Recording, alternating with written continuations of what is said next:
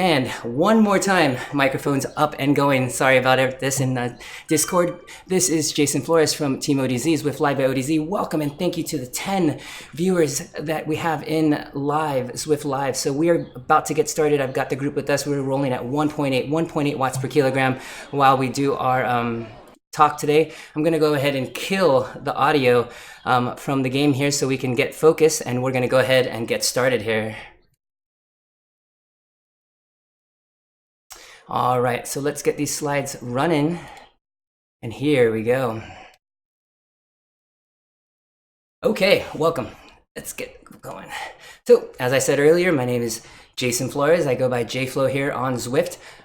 So if you see me on course, give me a ride on, I'll give you a ride on back. Let me change this up for us. Good. All right, so quick medical disclaimer that the only purpose of this live stream is to educate and to inform, and it's no substitute for professional care by a doctor or any other qualified medical professional. This live stream is provided on the understanding that it does not constitute medical or other professional advice or services. The goals of the live stream, of course, is to present current articles in the media covering food, hydration, and how it relates to endurance sports, and open a dialogue for viewers to ask questions, get advice, and to talk about their experiences.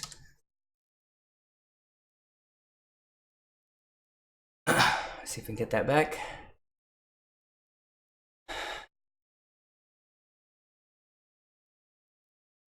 All right.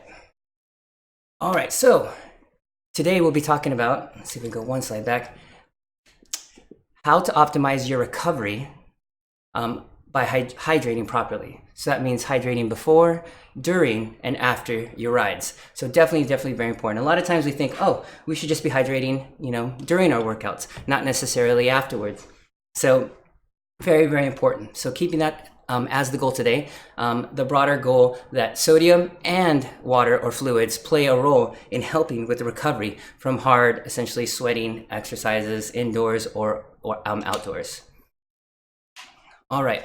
So some of the topics that we'll be kind of focusing on as we go on our journey of trying to understand this better is one, homeostasis of the body or balance, hydration status balance, the disruption of sweating that we do as an athlete versus just a sedentary person watching TV, going to work, even those sort of things versus what we actually do. And then what goes out must come back in at some point, and kind of explaining how that works in our body and what role that plays. And then how to rehydrate properly during your recovery, focusing on the recovery portion of this. And then essentially bringing this into real life, essentially how salty you like your soup actually matters, and it actually tells you what's going on in your body and that sort of thing. All right.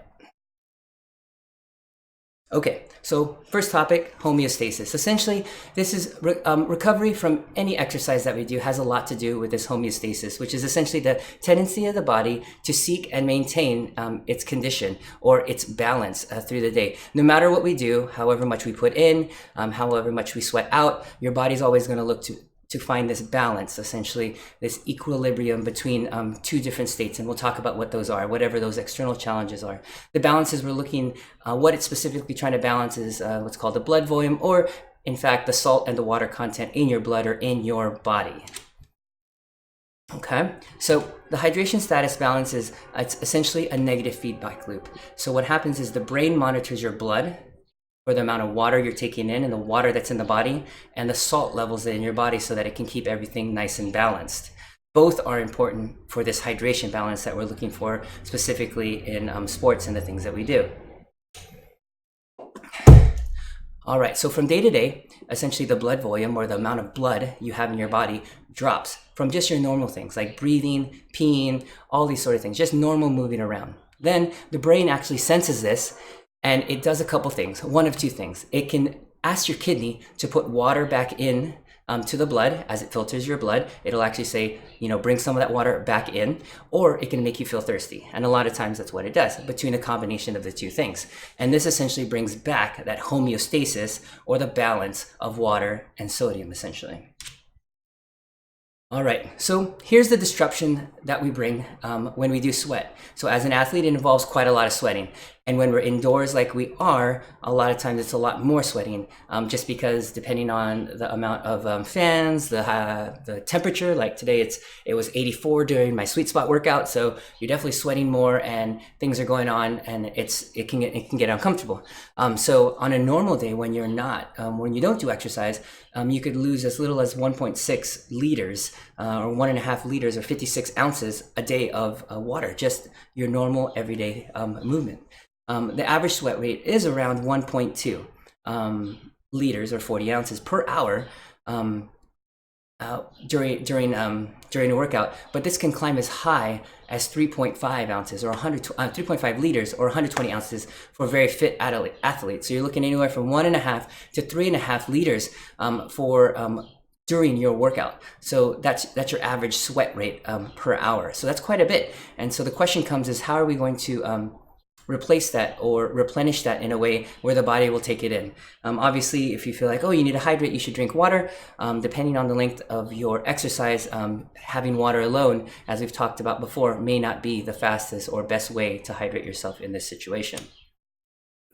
All right, so fluid loss isn't the only thing to consider. Like I mentioned, there is a lot of things that we sweat out. In the sweat is actually everything that's in our blood concentrate. So that does include salt, water, and other electrolytes. But the largest amount of it is actually sodium that's in your sweat. There are other electrolytes there, but definitely sodium is the primary and is, I would say, would be like the lowest hanging fruit to be able to kind of catch. Okay, so what goes essentially what goes out and must come in. So with this topic, we're looking at the controversy in sport and exercise about exactly how much athletes need to drink in order to maximize performance. So some people say, we've covered articles on, drinking a prescribed amount, drinking amount that is at libitum, which is just, when you need it, when you feel thirsty, essentially. So some combination of that would make definitely sense here. So prolonged exercise nearly always ends up in some level of uncorrected dehydration, or as the train passes by, dehydration afterwards or even during the event. So something to take close note of as you are working out and kind of thinking about how you're going to replenish that afterwards, because there's no way we could take in that 3.5 liters on the high end per hour on the bike. There's no way you can consume that amount. All right, so 100% of your sweat losses, both fluid and sodium, need to be replaced at some point. It doesn't need to be immediately during the ride. It can be some before, some during, and some after. But essentially, complete recovery is essential before you go out again. And it's what you want if you want to perform at your best. So a lot of times you've had a hard ride, you had a busy morning afterwards or busy time right after your workout. And let's say you worked out in the morning and the rest of your day you kind of feel lethargic. A lot of times it is you're just not hydrating quite as much as you should be. You may be taking your post-workout protein shakes and getting some real food in and having your normal thing. But a lot of times it's hydration. And then the easy replacement a lot of times is putting in water. But the thing about it is you need that balance between water and salt. And that's what we're going to kind of hone in on today. All right, so the question is how to rehydrate properly during your recovery time or after your workout. So rehydrating is dependent on two different things: how dehydrated you're at the end of your ride, and how soon you want to be at 100% to perform again. So looking at a lot of athletes kind of workout logs and that sort of thing, ideally, if it was up to us, we would probably have a chance to ride every single day to some level or amount every single day if it was up to us. Of course, life, family, job, all those things can get in the way, and so it's a balance. So what you need to do is prioritize on the days that you want to make sure that you are on top level, tip-top shape to make your workouts work for you best. So then the next question is how to hydrate properly, or sweat losses are, if the sweat losses are low, the situation, and you don't need to perform, let's say, to your full potential on the next day, or again for a while, simply drinking how you normally would, food, water through the next day can be definitely sufficient. And then next, if sweat losses are high and you're exercising again essentially later that day, or even I would extend that to the next day, that recent studies have concluded that you need to drink about 1.5 times more than the fluid than you've lost in that 1 or 2 hour turbo session or that 2 to 3 hour outdoor ride. So you need to kind of think that in mind over the course of a day. And you need to make sure that there's plenty of sodium either in the fluid or you take with the fluid combination that you're putting together. So if sweat losses are high and you're exercising again, our drinks actually do need this level of sodium to prevent your blood sodium loss dropping. And that what would cause your kidneys to significantly ramp up urine production. So essentially an easy way to understand this is that if you were to just drink water only by itself, essentially the balance of water amount in your body would increase and the body would have to increase the sodium level or ask your kidney to dump all the water. Essentially, you're essentially peeing it all out. So again, you're at balance, you kind of get to a dehydrated level, you want to put in water, and so you've gotten this elevated amount of just water. Your body says, hey, we're out of balance. I need to either increase the salt amount, which you can do, but there's only the certain amount of salt that you have in your body, or we dump this water and we end up peeing out essentially what you drink. But in fact, if you're at a dehydrated level and you add both salt, a salt source and a water source, you could actually raise the hydration level together and the body won't dump it. And it's a very, very cool experiment to do. I've done it a couple different times and I'll show you a couple prescriptions and we'll actually also bring in some information from Precision Hydration here that will give us some information on how we can figure out how much we need and some of their products that they actually have created to help us with our hydration needs. So kind of bringing this all together, the body is actually really smart in the way that there's a lot of clever things that it does to balance this disposal or get this homeostasis in the body. So it really it actually shapes our behavior in the ways to help it achieve this equilibrium.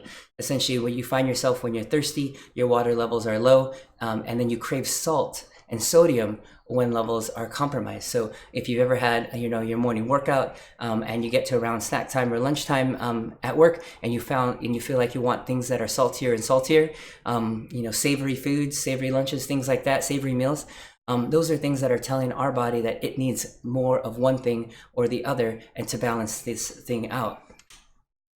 So actually I'll go through this next step, but before we talk about that we'll kind of wrap up this talk and how really great the body is as far as keeping us in balance. So what do we need to take home and what do we need to do moving forward? I guess the question is how much should we put into our bottles? Is anything better than nothing? So starting with that is obviously one, we've talked about hydration, getting in a certain amount or getting in something during our rides.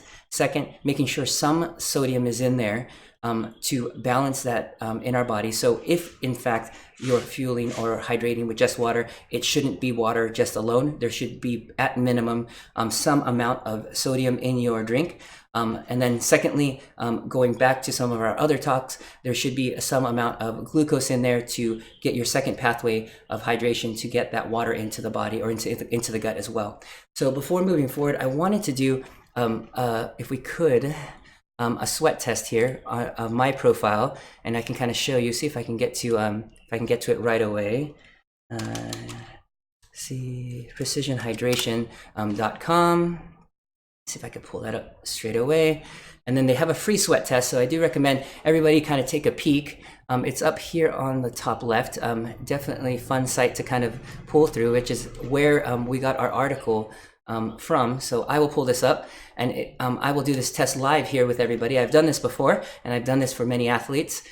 So if you're one of my athletes and you've seen this, this is where we get it from. So what's your main sport? You have 10 questions. I'll go through it really quickly. Cycling. Let's see, what kind of cyclist are you? I will say road. I will say competitive. I will say my key rides last anywhere from 2 to 4 hours. And I would say, do I ever race? I would say hot sometimes. And how much training? I do about 8 hours a week, so 5 to 10. Includes indoor torture, almost all, I'll say that. How do you classify your sweat rate? I actually sweat a good amount. So we'll put that. And then how do you think you lose your sweat? How sweaty is your kit? I would say some, not a lot. How often do you get cramps? I would say rarely, not too bad. And then I will put my name in. Everybody kind of knows my email address already anyway. At Hotmail. Oh wait, that's just my name. So Jason, there's a Jason 478 gmail.com.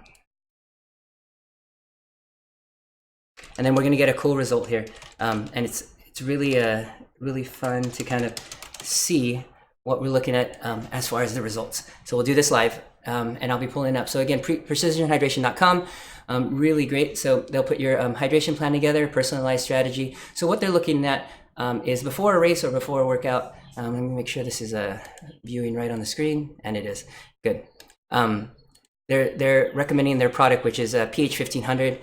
Which the basis of is about 1500 milligrams of sodium, along with other electrolytes, which are very important as well. But the main ingredient being sodium in that. So they're recommending that before a race to get loaded. And then they talk a little bit about the what to do and why. So looking at preloading before a workout, the evening before and the few hours before the start. Drinking 500 mLs, about 2 cups of water with 1500 with a pH 1500. During a race, they're recommending pH 500, which is about 500 milligrams of sodium, along with the other electrolytes, so again, and some recommendations there on hydration and cooling during hot exercise events. So looking at a starter pack, they have some recommendations of training, competition, and preload, and how you can put that together. They've got their prices and things like that. After races, they're looking at rehydration of the pH 1500 as well. Again, that 1500 there. So take a look. And then they've got a couple things here. But let me go back to my summary sheet, which is right here. Yep. So we'll bring it back to the slide. And then I have my summary. And it'll actually bring us back to what they recommend for me, and then what I'll recommend you to do, which is go take the sweat test, get an idea of what they offer, and kind of an idea of how much. Obviously, we can't make this cocktail. You could essentially buy it from Precision Hydration, which would be great. Definitely looking to get some support from them or some business over to them. So definitely check them out. But essentially, what it can tell you is how much more or less you need for different parts of your workouts. You should be putting more salt in the evening before and the and after workouts, which a lot of time gets missed. And I think that's the important or take home point that we need to make sure that we're doing, is that we're that we know that it's that you're getting more salt before and the night before and afterwards, which is a lot of times we don't. So having that 500 mLs and that salt and that hydration right after your workout, along with the other things that you're hydrating with, can definitely be really, really important. And then adding salt in between. Okay, so I know it was a lot to cover. Let me see if we have any questions here on social media, and then I'll also go to Discord to answer questions there. All right, so yeah, Marcus, the train is pretty close. I'm essentially sitting outside, so I'm about a couple hundred yards from the track. So thanks for that. Let's see. Pete Donahue asks, is there a general rule of pre-exercise hydration percentage based on weight? Yes, there is, but it's definitely more relative. So a lot of us will run at a certain kilogram or a certain weight throughout the day. If what you want to see is that you're hydrating properly when you've put that amount in and your weight goes up, meaning that you're holding in the water versus dumping it out. So if let's say you run at 75 kilograms and you hydrate yourself and your number goes up to, let's say, 76, 77 kilograms, you're looking at your body holding it in and you're not dumping it. That's when you know that that the water is being held in, or the hydration is being held in the body, versus it just getting dumped out of the body straight away. So it's more relative versus a percentage of weight. So if the weight's going up is what we're looking at. And the second question from Pete as well, can you drink too much water throughout the day, or can that be a disadvantage in training? The only disadvantage I can think of would be that your weight, you essentially carry more weight throughout the day. So that would be the consideration that we would have as far as the disadvantage of carrying more throughout the day. Let's see. All right. On Discord, I know we've got a couple riders here, and the crowds on Zwift are just so loud. If there's any questions on Discord, I'm more than happy to answer those at this time too. Let's see. All right, so not too much there, but definitely a lot to kind of digest. So definitely something, if you have questions on, definitely let us know. Good morning, Jeff Barca. Thanks for joining us. But yeah, this is definitely some good topics, especially if you are going to be doing, hot rides, as we do more outdoors here in our hemisphere. Something to take a note of. And yeah, so some really great information. So head over to Precision Hydration. I don't think I have our slide put together for that. Let me see what I have here. Head over to precisionhydration.com. Go ahead and do that sweat test. Figure out what kind of products might work for you. If you have any questions specifically, I could definitely help you out with that. Go ahead and reach out.